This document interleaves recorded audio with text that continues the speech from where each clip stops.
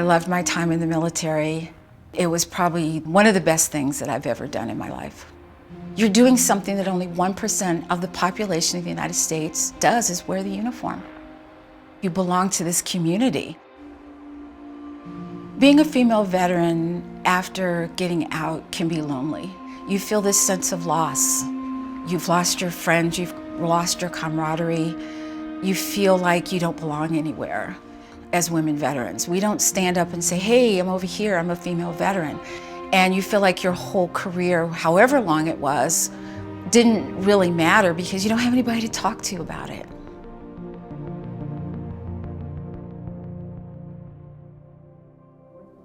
My name is Kat Corchado. I'm a national consultant with the Women Veterans Network. I am retired Air Force, and I am also the host of the podcast Sisters in Service. So what was your job in the Army? What did you do? I was a logistics person. Imagine for a moment, you're in the military, you've been thinking about being a civilian like it's the best thing ever. And then you get out and you realize it's a totally different world. No one hears you, no one talks to you, no one recognizes you as being a veteran.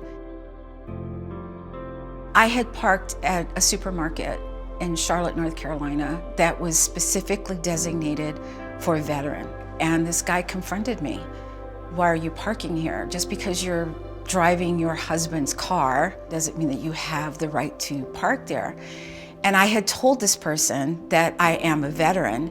He specifically said to me, and I quote, "You do not look like a veteran." It's hurtful. Those are times when you feel like you're not seen.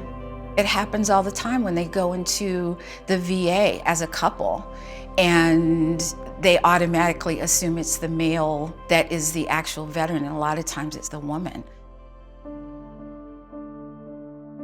I think a few things that have contributed to women veterans not trusting is the fact that when we're in uniform, car dealerships, credit cards, companies feel like they can make a buck off of a military veteran because we get a paycheck every 2 weeks. It's more relevant to women veterans because we run the household.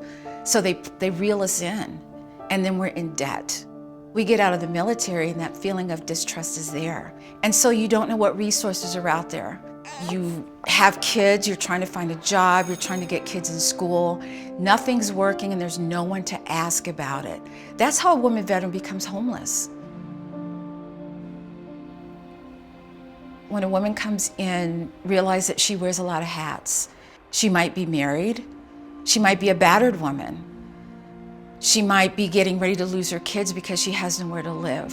So when you speak to her, talk to her with your heart, listen with your heart, and treat her with your heart.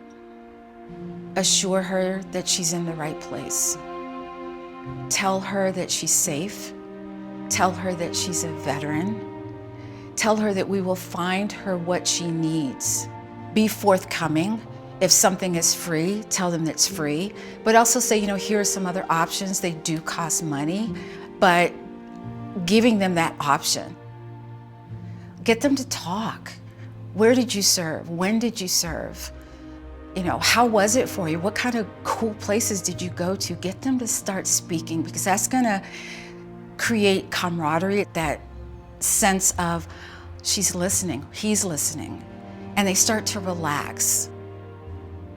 They may say they have PTSD, but they may not be ready to speak about it. And if they're not, don't push. Because PTSD is this blanket diagnosis, but it can affect everybody a little bit differently. I found Woven in 2017. It's the Women Veterans Network. I had been out of the military for 17 years. I didn't realize I needed it. When you have a connection with another woman veteran or veterans, it's like a family, like having that support that you can do those things that you've always wanted to do, because now people are in your corner. If you wore the uniform, you can be a part of Woven. It's a free program, and the one thing that we do best is connect women veterans. The impact that a VSS can have on a woman veteran, it's off the charts. If they're coming to you for help, it's something they've been dealing with for a long time, and they need your ear. They just want you to say, it's okay, and I'm here to help. Earning trust takes time. It's not going to happen in one session, maybe not 3 sessions, maybe not 5 sessions. It's a gradual relationship. But the woman veteran having that feeling of, I was heard, I was helped, and I can move on with the rest of my life is bigger than you'll ever know.